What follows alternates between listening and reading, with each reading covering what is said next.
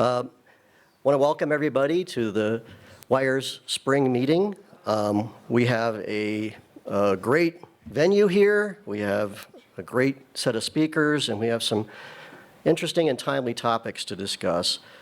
I just want to make a general reminder to everybody that we do have press in the room. The meeting is being shown through live stream, so just bear that in mind as you make your comments or your remarks, that they could be picked up and appear in some of the trade press.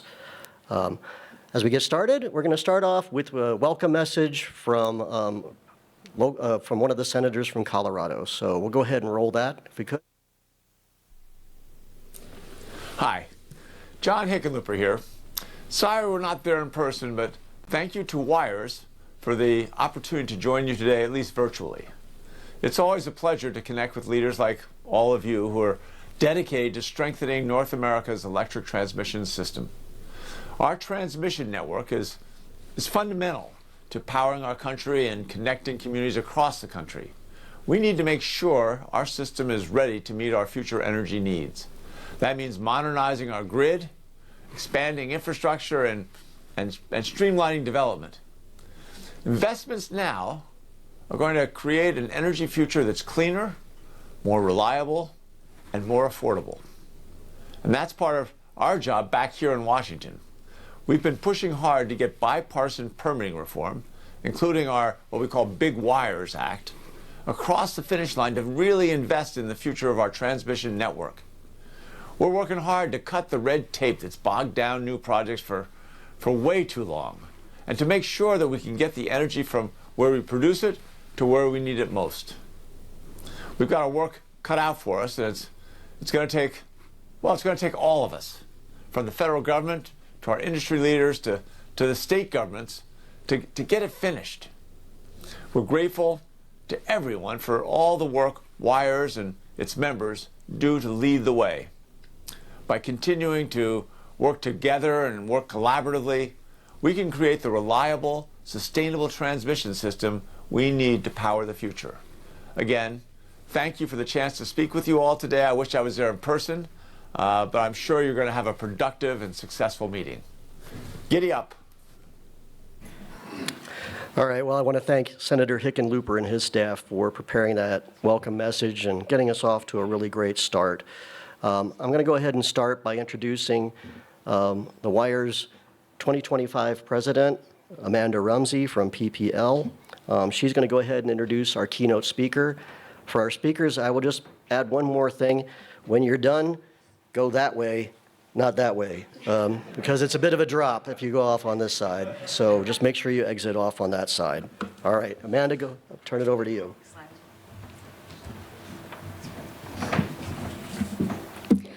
Good morning, everyone.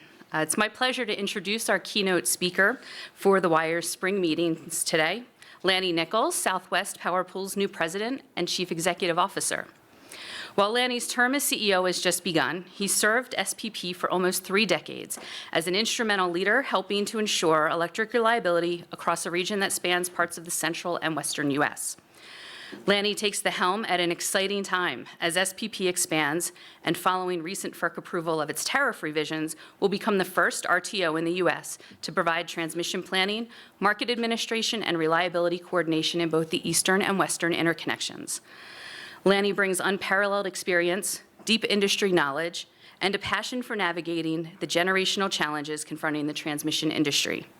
He's a respected voice in developing policy and regulation to support a strong and resilient transmission system and for robust and coordinated transmission planning to ensure reliable power as the industry evolves. Thank you, Lanny, for joining us this morning. And everyone, please let's give a warm welcome to Lanny Nickell.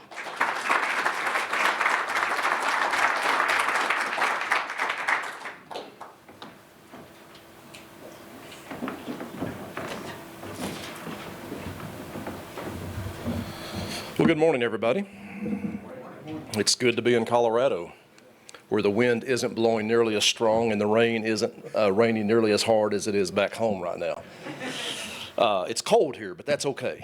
I would much rather have cold than what's going on in Arkansas today, and yesterday as well. So I want to talk to you today about a couple of things, but before I begin, I want to talk a little bit about the challenges the industry is already facing and has been facing for the last several years, and then the value of transmission in helping us solve those challenges. But before I begin, I want to just remind everybody the importance of working together. You actually heard that from the opening comments from the Senator. Our mission statement at SPP is working together to responsibly and economically keep the lights on today and in the future. And I always take advantage of any opportunity I can to just stress how important it is to work together. Yes, keeping the lights on is the outcome. It's the outcome that we are striving to meet. But it doesn't happen if we don't work together. We all have a role to play. SPP, MISO, PJM, I know they're in the room. We can't do it alone. We need all of you, the utilities that build transmission, the utilities that build generation, the consumers that consume it can be a part of that solution, and we have to work together. And it's even more important now than it's ever been. You heard that I have a 30-year career. It's actually 33 going on 34 total. I have never seen the industry in the state of change that it's in now in my whole career. I've never seen the kind of change that we're currently experiencing. And it's a challenge, and it's intimidating, and it makes me nervous, but I'm also very excited about that. So our generational challenge is a white paper. It's actually a very detailed paper that just talks about what the industry is currently experiencing, what we're facing. And it's written in a way that is really understandable. I would encourage you all to take a look at it. We also have a nice two-pager so that, you know, if you're at a dinner party, if you're playing golf with friends, and you don't really care to keep those friends, no, it's not that bad. It's actually, again, it's a really good summary. This is what it looks like on the front side of the two-pager. It talks about the fact that supply is dwindling and demand is increasing, and that's not a good combination. We have to maintain a balance of supply and demand if we're going to keep the lights on. So that's what the front side focuses on. The back side focuses on what can we do to meet this challenge. And again, really good for handing out to your governor, to your legislators, to those policymakers who can actually help make a difference. I think this helps explain the problem and also helps explain the solution. So when we talk about supply and what's happening in that part of our challenge, at least in SPP, and then by the way, this isn't an SPP problem, it's an industry problem. And if you're hearing otherwise, you're not hearing the truth. Excess generating capacity is dwindling, and it's dwindling to a point where it's becoming dangerous, and I'll show you a little bit more detail about that. The reason it's dwindling is because there's been a tremendous pressure placed on removing carbon-based resources. Coal and gas generation are being retired, and at the same time we're becoming increasingly dependent on renewables, which is not totally a bad thing. Renewables provide cheap energy. When the wind is blowing, that's really low-cost energy. When the sun is shining, that's low-cost energy, but it doesn't always shine and it doesn't always blow. And that's why you have to have thermal generation, dispatchable generation available to back it up. And I'll give you an example of what that looks like. On June 6th of 2023, and by the way, are you all familiar with SPP's footprint? We've been referred to as the Saudi Arabia of wind. The wind potential onshore is greater in SPP's footprint than any other area in the United States. Across 14-state region, 32,000 megawatts of nameplate wind capacity. 9 o'clock, June 6, 2023, 100 megawatts was produced. Now, it doesn't take a genius to do the math. 100 divided by 32,000 is a really small number. And if we didn't have dispatchable generation available to back it up, the amount of load that couldn't be served is a really big number. That's the challenge, and that's the risk that we have to do a good job of communicating and making sure everyone understands what we have to keep the lights on. We know that during extreme events, and oh, by the way, we are having extreme events. So if you hear that that's an anomaly, I don't think it is. We've had 3 extreme events, winter events, over the last 5 years, and 2 of them are one in 100-year type storms. But we know that all generation struggles to perform during those times. During Winter Storm Uri for us, the gas generation only produced about 47% of its nameplate capability. That's not a good outcome. And we struggled to keep the lights on during that event. We're going to need significant amounts of not only generation but transmission, because transmission can bridge when you need a bridge. When you're struggling in your own footprint and you can import from somebody who's not struggling, that is a tremendous insurance plan to have. We know that emerging technologies can be helpful. We hear about small modular reactors. We hear about carbon capture. We know there's other things that's going on in the industry that can help, but it's not available right now. Geothermal, enhanced geothermal could be very helpful. It's not here today, and it probably won't be commercially viable, at least for another decade or so. So we have to do more, and we have to take advantage of the system that we have now. When I spoke about our evolving energy mix and why that's created a greater degree of risk of us not being able to keep the lights on, this is what that's looked like. You can see that coal and gas, actually coal has dramatically declined. Gas has stayed about the same. Wind has dramatically increased, and now it's the #1 annual energy supplier in our footprint. 38% of our energy is supplied by wind. I'll give you an interesting statistic that I think really validates the point that we've been making, that you have to have dispatchable generation to back up the renewables. Now, I know in SPP, we're tremendously dependent on wind. We don't yet have a lot of solar in our footprint. We've got a lot coming, but it's not there yet. But over a period of about 6 years, between 2017 and 2024, wind production increased by 82%. Gas production over that same time frame increased by 62%. That proves that we have to have something, and gas is a really good source of that, because it's quickly dispatchable. You can start it quickly. You can ramp it up quickly if it's a simple cycle unit. That just proves that you have to have something to back up that intermittent generation. Shrinking reserves. This is the concern that we have. And we've had to increase our planning reserve margin 3 times over the last 3 years. The first time we did it was effective in 2023. We increased it from 12% to 15%. We're increasing it again in 2026 to 16%, and then again in 2029 to 17%.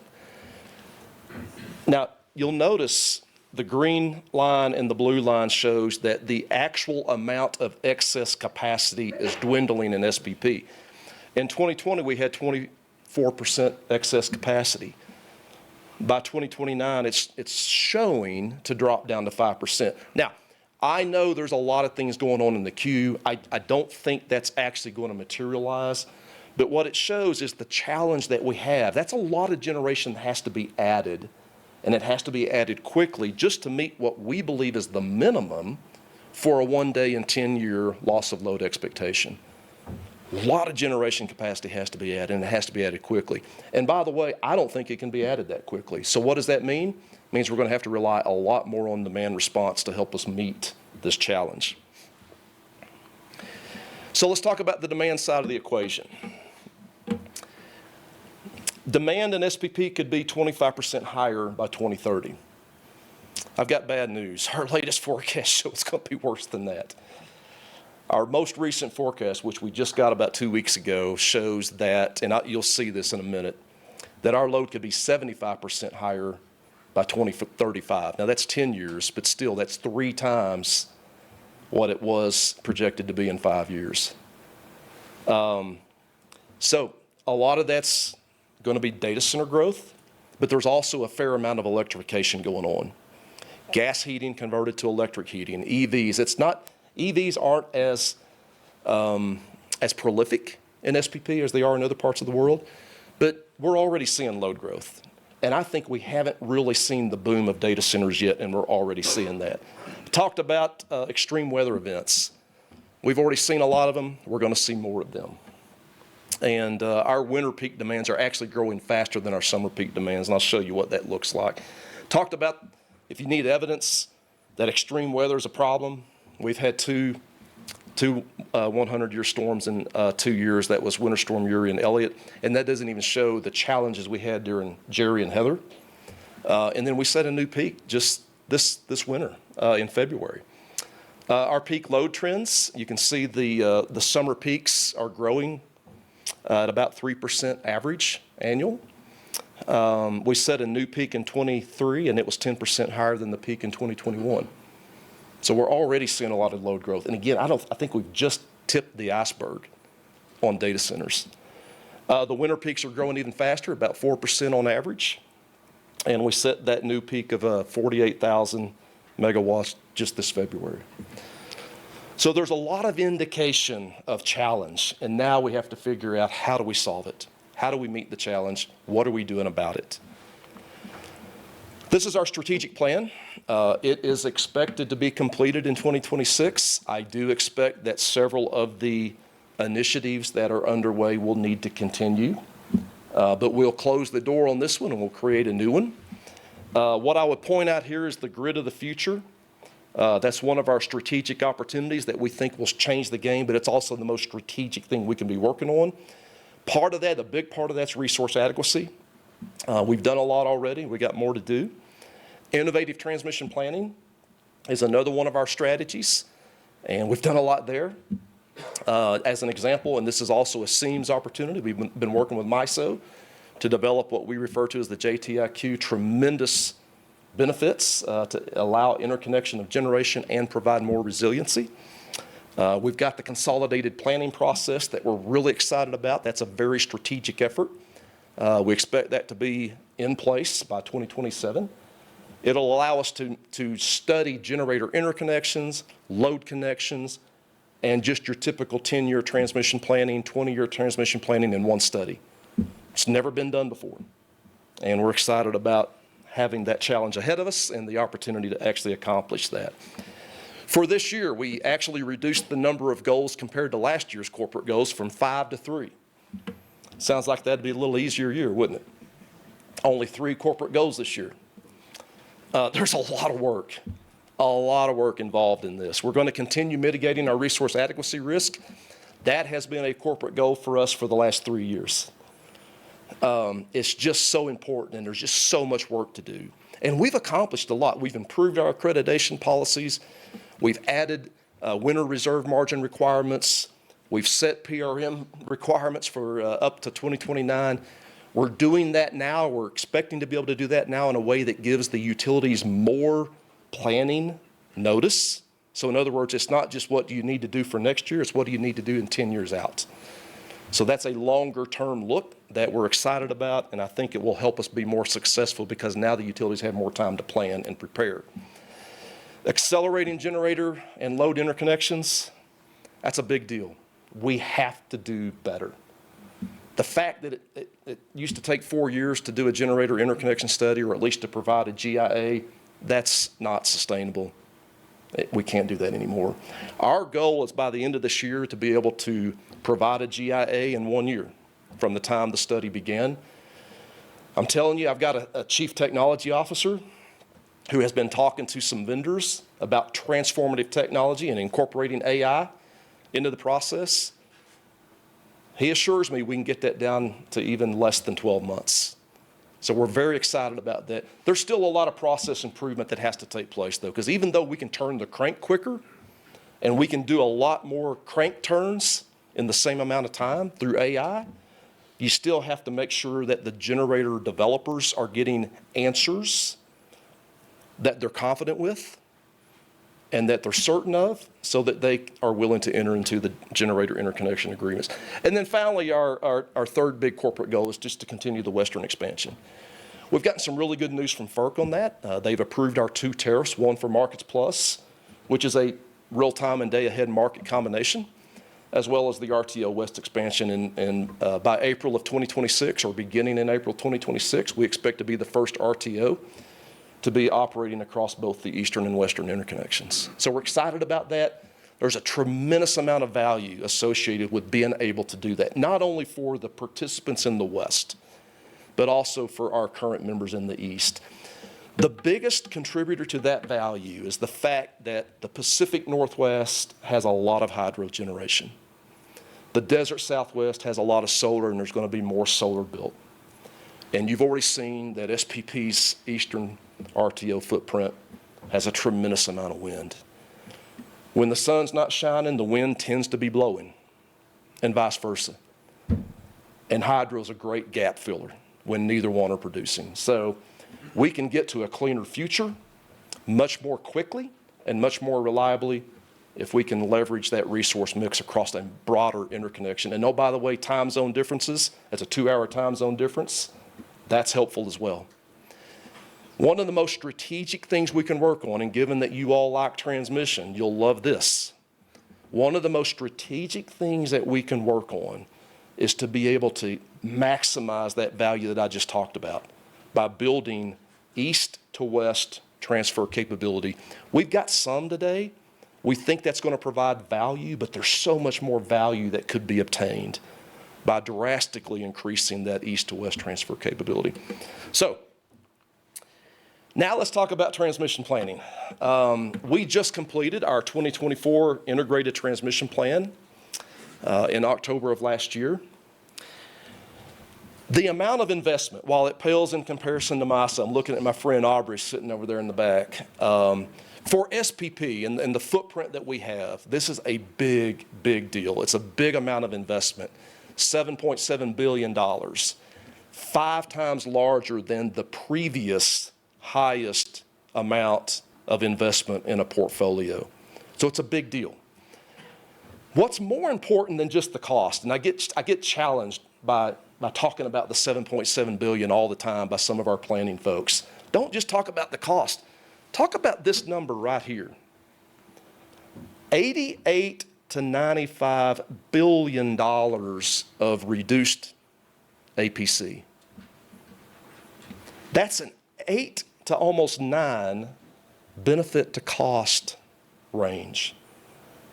For every dollar invested, $8 to $9 of value.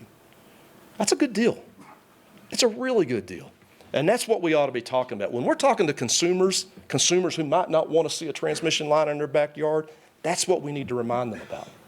One, this portfolio provides resiliency. And by the way, it's the first time we've ever incorporated resiliency as a focus and as a goal in any transmission portfolio we've ever provided.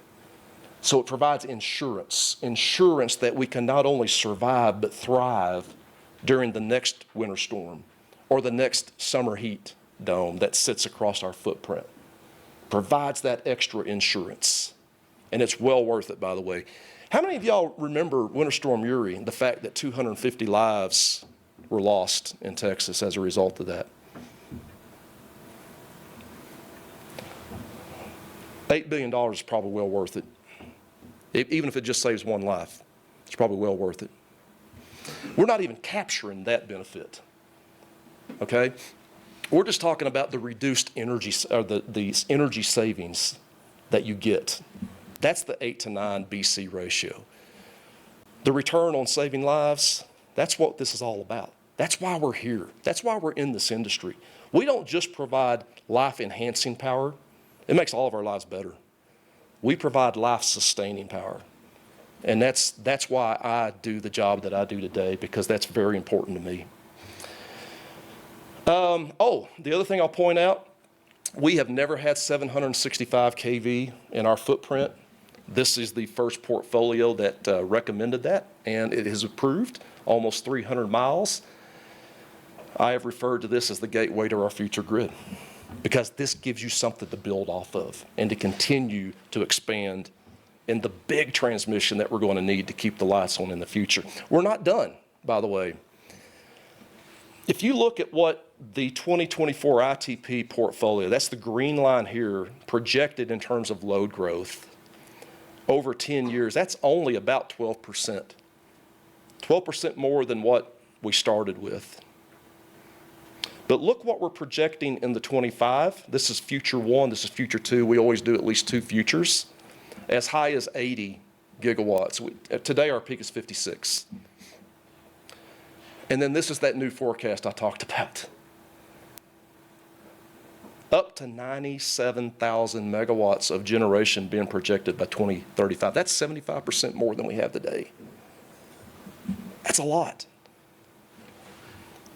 And then on the generator interconnection side of things, we've got 135,000 megawatts of nameplate capacity in the queue. We had worked feverishly. We got it down to about 35,000, and then the 2024 queue closed, and we added another 100,000 to the queue. So, just when we thought we were starting to see the light at the end of the tunnel, now we've got a lot more generation to have to process and evaluate. But that's good, because we need the generation. Here's the interesting part of this. In the latest queue that just closed, we now have almost 23,000 megawatts of new gas generation being proposed. That is by far the most gas generation we've ever seen in our generator interconnection queue, by far. And it's going to be valuable because it's going to provide that dispatchability that we need to offset the solar and the wind. The storage will be very helpful too, by the way. We're looking forward to having more storage on the system. It's an all of the above portfolio, and that's exactly what we need. So now how can you all help? And it's not just you. I mean, you all understand the problem. You're some of the smartest people in the industry. You get it. But how do we help those who don't yet understand the challenge? How can they be part of the solution? Well, first of all, we have to communicate this message. We have to work together on making sure everybody understands. We're going to have more transmission and more generation. And that does mean more cost. That's just part of it. If we're going to keep the lights on in the future and we're going to do so in a cleaner way, it will cost more. Now, I think, and I tell my team this all the time, we have to be innovative. We have to be creative in order to do this in a way that's affordable. And I think we can do it. We have to keep the lights on, but we also have to focus on affordability while we're doing that. Demand response, I talked about this earlier.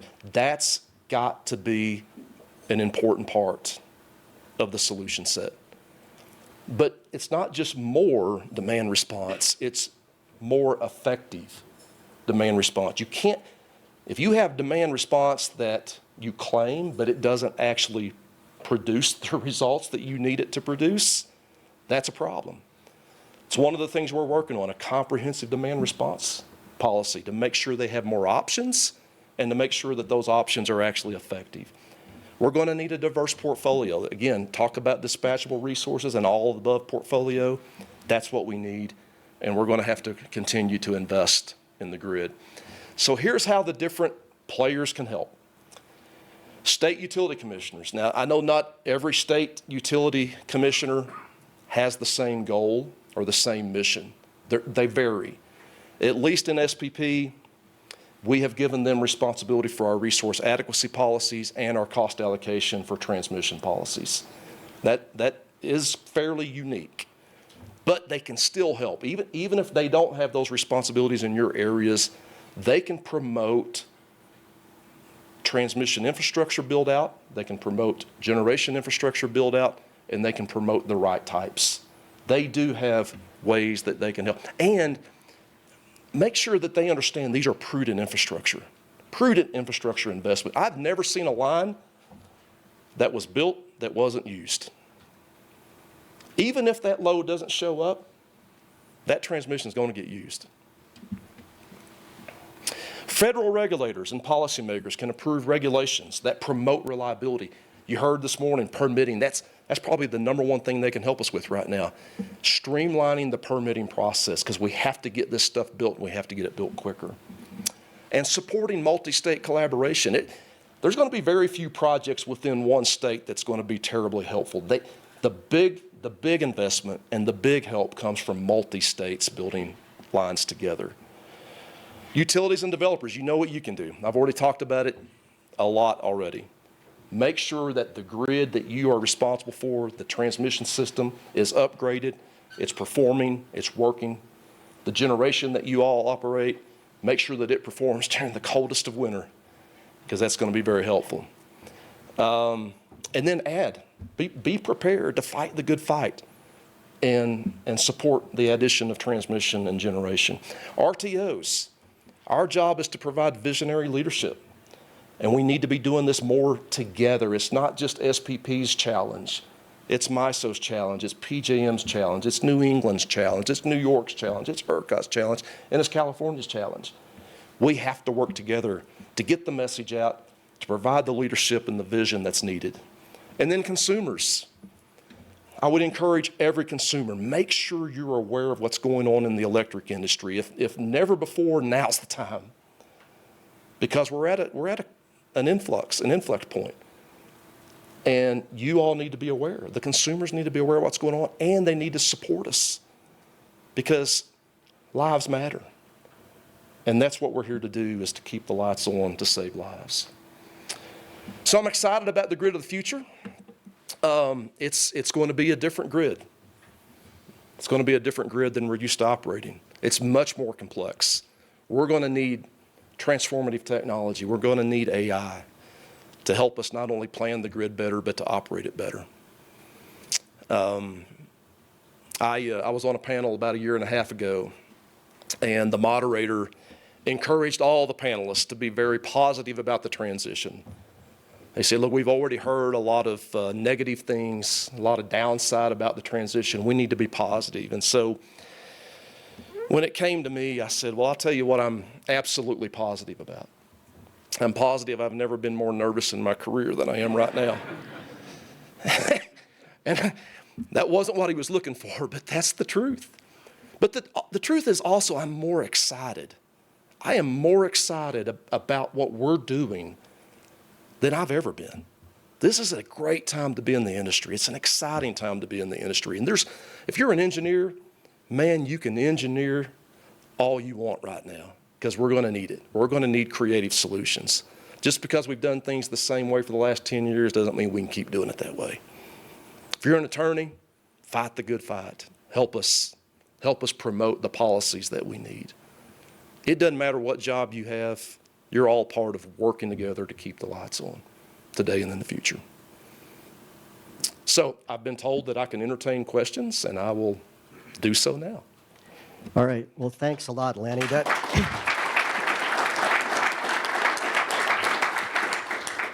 That was a fantastic presentation. Really appreciated the details on the 2024 integrated transmission plan.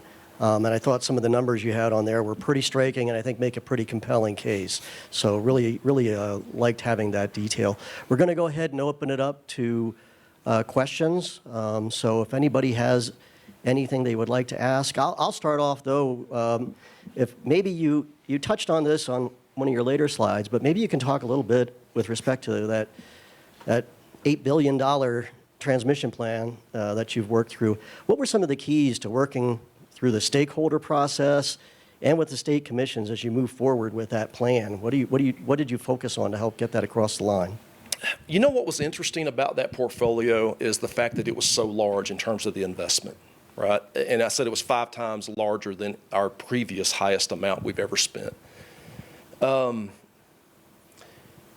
resistance from an affordability perspective was almost nil.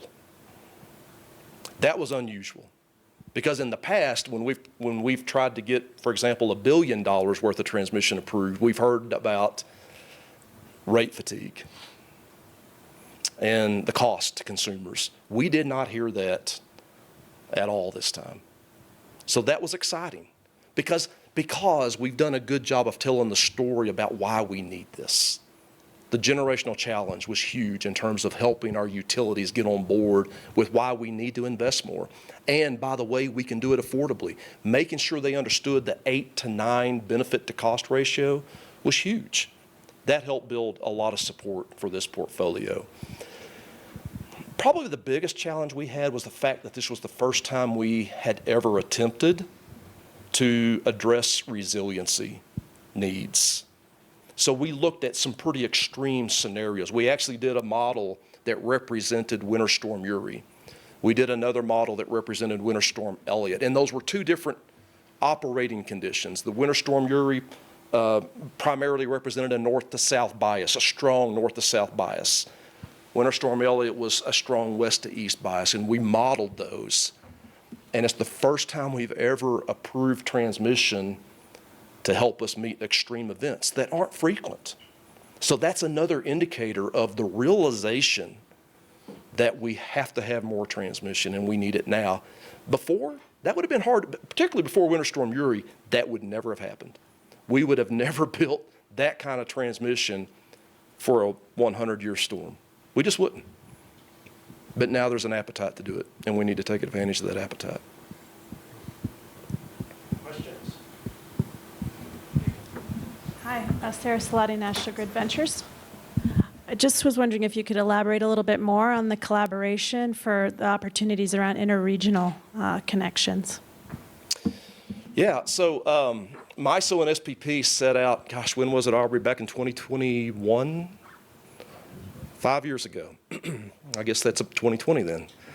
And we set out to accomplish something that had never been done before. And that was to identify transmission that would be needed for generator interconnections at the seams, but also would provide value from a resiliency perspective and adjusted production cost savings perspective. We've never done that before. And the way we cost shared those projects, not only between the seam, but also within our footprints, was unique. Never been done before. What we said, and I probably won't quote you exactly, Aubrey, but Aubrey said, we need to let the engineers find out the solutions. We'll worry about how to pay for it later. And that's exactly what they did. They figured out what we needed first, and then we figured out how to get it funded. And we received a commitment from the DOE for almost $500 million, about 25% of the total cost. We're still hoping to get that. It'll add somewhere between, or enable the addition of between 28 to 40 gigs of new generation. So there's a tremendous reliability value there.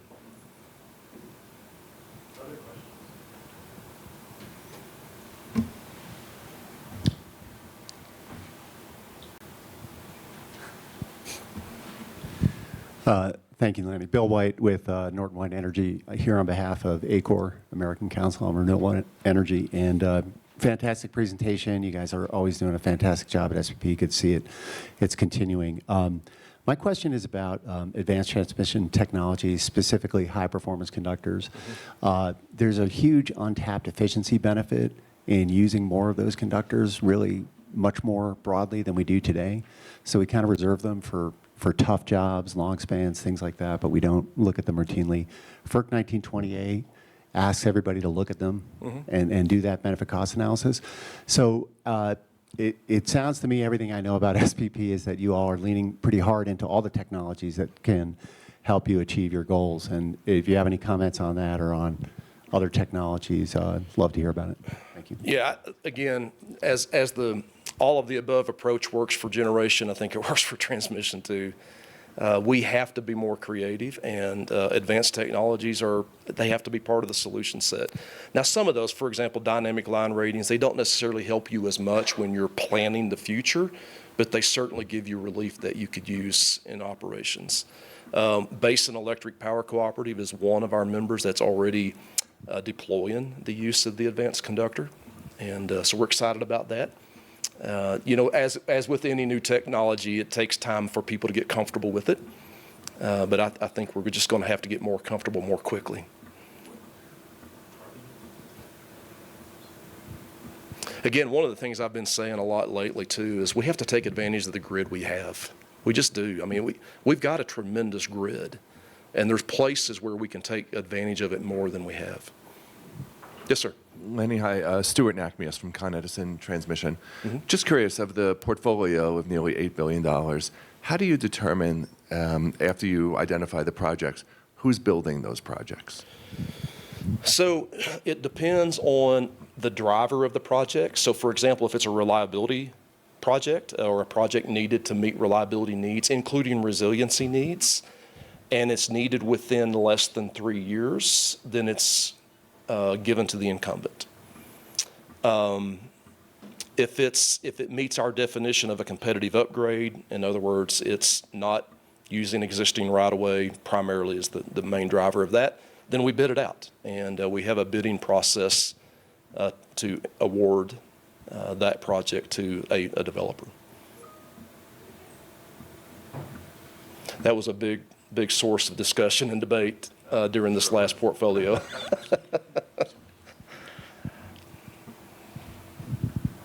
So I'll add another one in. Your presentation foreshadows our next panel, which is going to focus on AI and data centers. Can you talk a little bit about the experience that you're seeing within SPP? Where geographically are you seeing this issue coming up the most? How's SPP planning for it and navigating through all of those challenges? Well, it's hard to say exactly where it's going to locate because there's a lot of shopping around that's happening right now. I'll tell you where we've already seen it happen is in Oklahoma and in Nebraska. And a little bit in Missouri. Those are the 3 areas in our footprint where it's already happening. Where it happens next is anybody's guess, because I know that these data centers just want to get connected as quickly as they can, and they don't care if it's Texas, Oklahoma, North Dakota, South Dakota, Kansas. It doesn't matter. They just want to get connected. Yes, sir.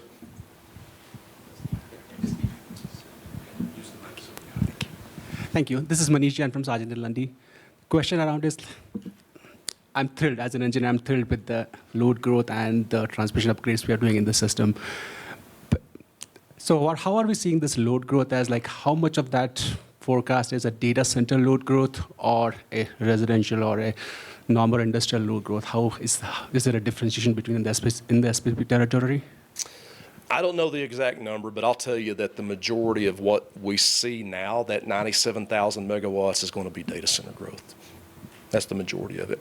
But I'll also say that we haven't yet begun to see the biggest impacts of that data center growth, and we're already seeing load growth.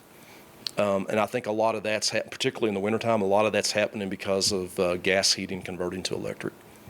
So, that 3 to 4% increases that we've been seeing in the winter, I think a lot of that is residential, not as much data center. But that 97,000 megawatt forecast, a lot of that's going to be data center.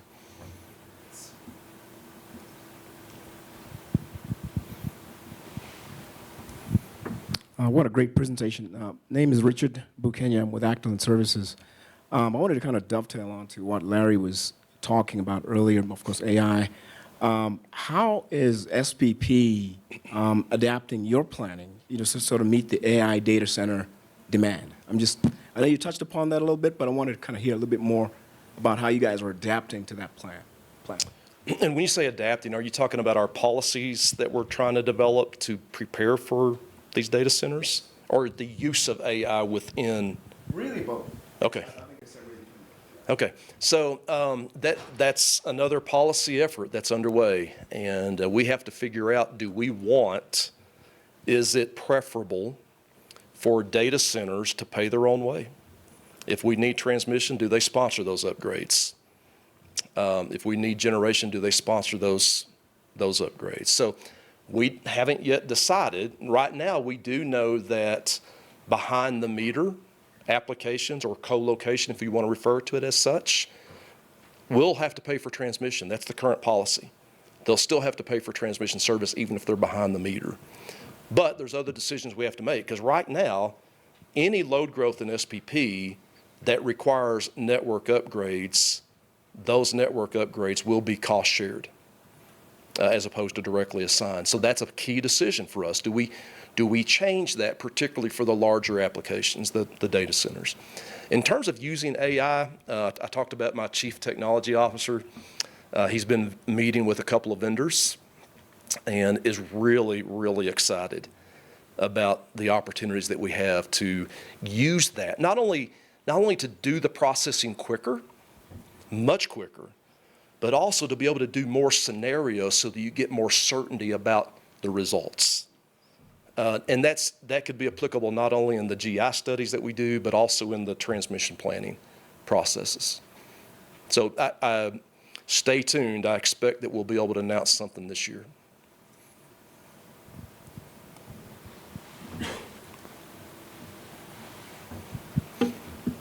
Hi, Stacy Burberry with AEP. Lanny, you raised an interesting question. When you think about the question of affordability, particularly with respect to transmission, how do you frame that concept within the stakeholder process? And what parameters do you use? You're setting me up, Stacy. Thank you. That's a difficult conversation to have, and we had a recent discussion about that. What does affordability mean? What's the definition of affordability, and how do we apply that, at least in the role that we play as the RTO? We had a lot of discussion and very few conclusions. But we're going to work on it because I think that has to be our focus. We have to figure out what role does SPP play. And at a minimum, I think that role includes informing the decision makers about the impacts of their decisions. If we raise the PRM by 3%, what's the impact of that from a cost perspective? Then you still have to look at other things. In fact, I was talking to a commissioner the other day in Colorado, and I asked him, well, how do you define affordability? And he said, well, I can tell you what it's not. And he pointed to the process in California. So I'll just give you that as an example.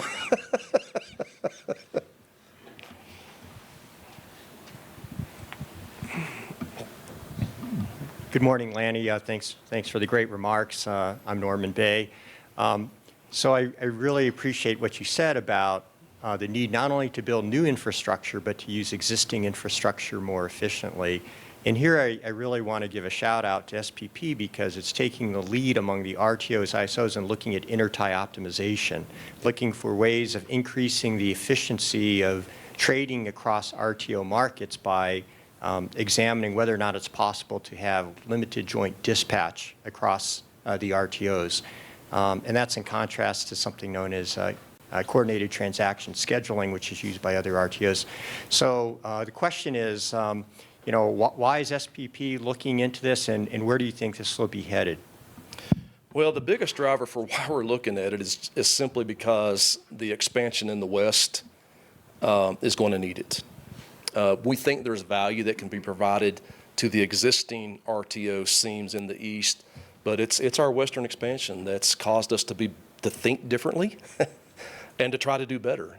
There's a lot of seams in the West, and those seams are going to require unique solutions. But thanks for even mentioning it. It sounds like you know more about it than I do.